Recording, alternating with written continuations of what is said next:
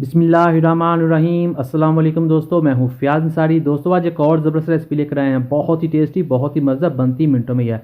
दोस्तों आज हम बना रहे हैं सिर्फ एक अंडे से और दूसरी कोई चीज़ नहीं, उससे बना रहे ऑमलेट। लेकिन ये ऑमलेट जो होगा बिल्कुल केक की तरह होगा। इंशाल्लाह आपको ये रेसिपी बहुत ही पसंद आएगी। तो चलिए शुरू करते हैं। बिस्मिल्लाहिर्रहमानिर्रहीम।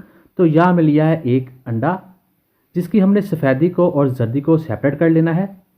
और इसकी जो सफ़ेदी है उसमें जाएगा हाफ़ टी स्पून चीनी और 2 चुटकी चीनी चले जाएगी इसमें जर्दी में, जो इसको मिक्स कर देंगे हम। और दोस्तों अब हमारे पास जो सफ़ेदी है इसको हमने क्या करना है, इसको हमने बीट कर लेना है। बीट आप हैंड बीटर से भी कर सकते हैं और मशीन से भी कर सकते हैं। मशीन के साथ करेंगे तकरीबन ये 2 से ढाई मिनट में बीट हो जाएगी। अगर आप हैंड बीटर से करेंगे तो 15 से 20 मिनट लग जाएंगे। तो आपको दिखाते हैं इस तरह ये फ्लफ़ी होती जाएगी और उसका साइज़ बड़ा होता चला जाएगा। तो आपको दिखाते हैं, ये देखिए इसका साइज़ 4 गुना तकरीबन बढ़ चुका है। और ये आप देख लें ये बिल्कुल फोमी सी होगी।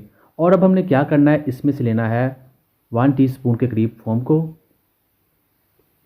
और इसके अंदर डाल देना है, यानी एग वाइट को इसके अंदर डालना है जर्दी के अंदर और इसके अंदर मिक्स कर देना है, जिससे ये थोड़ा सा फ्लफ़ी हो जाएगा, पकने में आसानी हो जाएगी।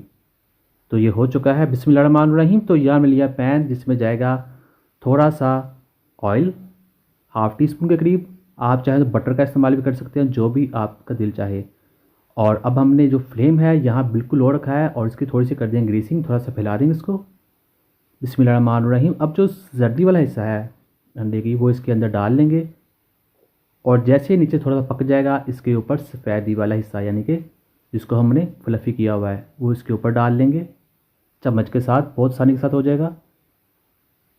और इसके डालने के बाद हमने इसको शेप देनी है थोड़ा सा गुलाई में, चम्मच के साथ कर लीजिए, आसानी के साथ हो जाएगा।